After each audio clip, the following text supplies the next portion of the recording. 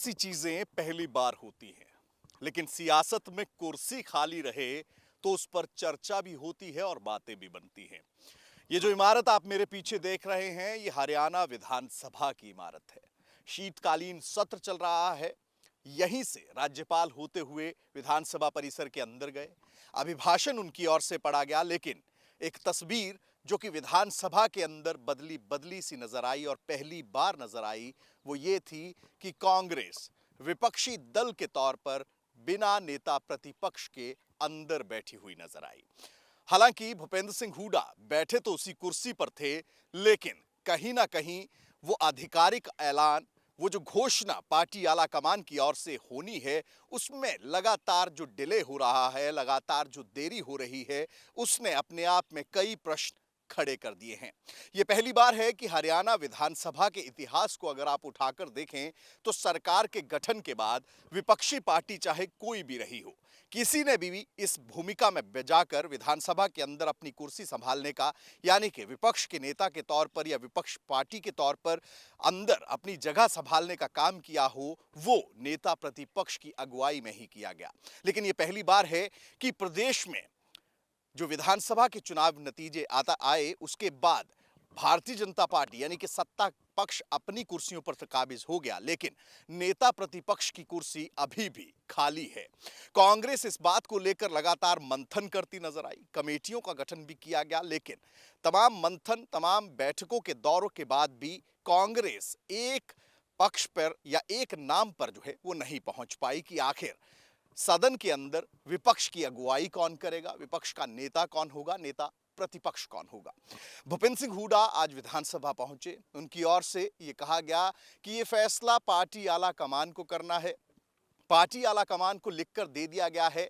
उनको यह चुनाव करना है कि वो किसको नेता प्रतिपक्ष या नेता विपक्ष बनाकर विधानसभा के अंदर भेजते हैं। इससे पहले उनकी ओर से एक उदाहरण भी दिया गया। उनका यह कहना था, यह पहली बार नहीं है, कर्नाटक में इसी तरीके से विधानसभा के अंदर बिना नेता विपक्ष के, बिना नेता प्रतिपक्ष के सदन की कार्रवाई चली है। लेकिन बात हरियाणा की है। हरियाणा में यह पहली बार हो रहा है। हरियाणा विधानसभा की अगर बात करें तो कांग्रेस में जिस तरीके की गुटबाजी चुनाव के दौरान देखने को मिली थी, जिस तरीके की धड़ेबाजी जो है चुनाव से पहले देखने को मिली थी, वही कहीं ना कहीं सबसे बड़ा कारण नेता विपक्ष या नेता प्रतिपक्ष की कुर्सी के चयन की प्रक्रिया में भी आड़े आता हुआ दिखाई दे रहा है।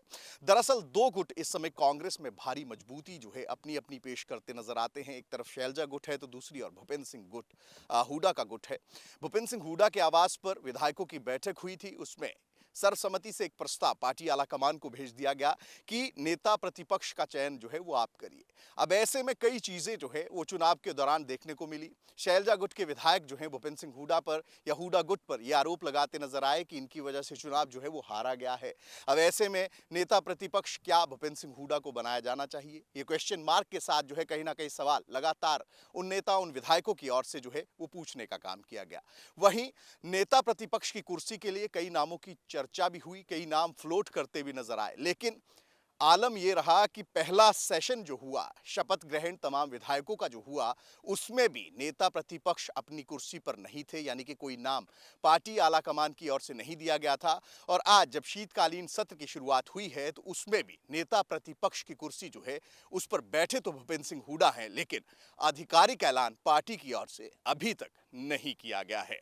अब ऐसे में नेता प्रतिपक्ष की इस कुर्सी के लिए कांग्रेस में किस तरह की जहदोजहद होती है और क्या पार्टी आला कमान इसी सत्र के दौरान, शीतकालीन सत्र के दौरान किसी नाम की घोषणा करती है, ये देखने वाली बात रहेगी। इस पर भी अभी संशय बरकरार है। लेकिन हरियाणा विधानसभा के इतिहास में ये तस्वीर नई थी, पहली बार थी कि बिना नेता प्रतिपक्ष के विपक्षी पार्टी जो है वो सदन के भीतर कार्रवाई को अटेंड करती दिखाई दी।